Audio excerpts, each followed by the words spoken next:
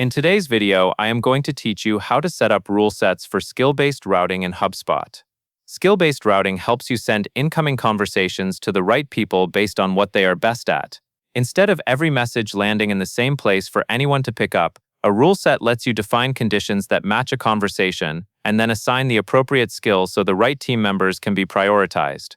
To begin, log into your HubSpot account and look to the top right of the screen. Click Settings. This is where HubSpot keeps the tools for configuring shared features like inboxes, help desk, and routing. In the left side settings menu, find Inbox and Help Desk.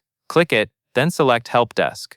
This takes you into the main Help Desk configuration area, where you can control how conversations are handled. Next, locate and click the Skill-Based Routing tab. This is the section dedicated to creating logic that connects incoming messages with the skills your agents have. Before you create rules, it helps to confirm that your team already has skills defined in your account, since the rule set will ask you to select one. Now click Create Rule Set. HubSpot will prompt you to choose where this rule set applies. Select your channel, then click Next.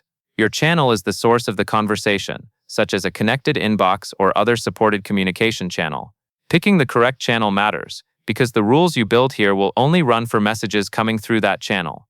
After that, click Add Condition. This is where you define the criteria that must be true for the rule set to apply.